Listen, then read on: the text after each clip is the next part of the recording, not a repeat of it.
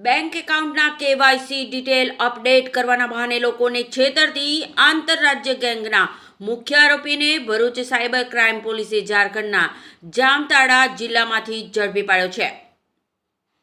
આ gang APK file મોકલી લોકોના મોબાઈલમાં ખતરનાક એપ્લિકેશન ઇન્સ્ટોલ કરાવી તેમની બેંક માહિતી મેળવી રૂપિયા ઉપાડી લેતી હતી। ભરૂચ સાયબર ક્રાઇમ પોલીસ સ્ટેશનમાં નોંધાયેલા ગુના હેઠળ ભારતીય ન્યાય સંહિતા 2023ની કલમો અને આઈટી એક્ટની કલમ મુજબનો ગુનો દાખલ કરવામાં આવ્યો હતો। જે અનુસંધાને ટેકનિકલ એનાલિસિસ અને હ્યુમન ઇન્ટેલિજન્સના આધારે તપાસ હાથ ધરાઈ હતી।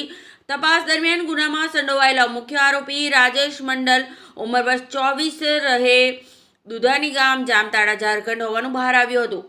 ભરૂચ સાયબર ક્રાઇમ ટીમે જામતાડા ખાતે રેડ કરી હતી, જ્યાંથી રાજેશ મંડલની 5 ઓક્ટોબર 2025 રોજ ધરપકડ કરી હતી। જામતાડા કોર્ટ પાસેથી ટ્રાન્ઝિટ રિમાન્ડ મેળવ્યા બાદ આરોપીને ભરૂચ લાવવામાં આવ્યો હતો।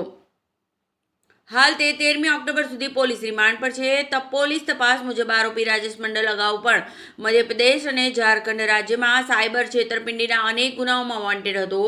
તે અને તેના સાથીઓ Axis bank PAN card update APK SBI KYC PM Kisan Yojana જેવી ખોટી એપ્લિકેશન બનાવી વોટ્સએપ મારફતે લોકો સુધી પહોંચાડતા હતા। એપ્લિકેશન ઇન્સ્ટોલ કરાવ્યા બાદ લોકોની બેંક માહિતી મેળવી તેમની જાણ બહાર નેટ બેન્કિંગ પાસવર્ડ જનરેટ કરી લાખો રૂપિયાની છેતરપિંડી કરતા હતા। સાયબર ક્રાઇમ પોલીસે આરોપી પાસેથી કુલ 5 mobile phone, bank passbook, chequebook, debit card અને અન્ય ડોક્યુમેન્ટ્સ જપ્ત કર્યા છે। તપાસમાં ખુલ્યું છે કે આરોપી દ્વારા વપરાયેલા એક મોબાઈલ ડિવાઇસ પરથી ખાનગી કંપનીના કુલ 1980 મોબાઈલ નંબર સાયબર ફ્રોડ માટે ઉપયોગમાં લેવામાં આવ્યા હતા। તેમજ તેની સામે દેશભરમાં 2018 જેટલા કેસ એનસીસીઆરપી 1930 હેલ્પલાઇન પોર્ટલ પર નોંધાયેલા છે। ભરૂચ સાયબર ક્રાઇમ પોલીસે હાલમાં આ ગેંગના અન્ય સાથીદારોની શોધખોળ કરી રહી છે તથા દેશભરના વિવિધ રાજ્યોની પોલીસ સાથે સંકલન કરી વધુ માહિતી મેળવી રહી છે।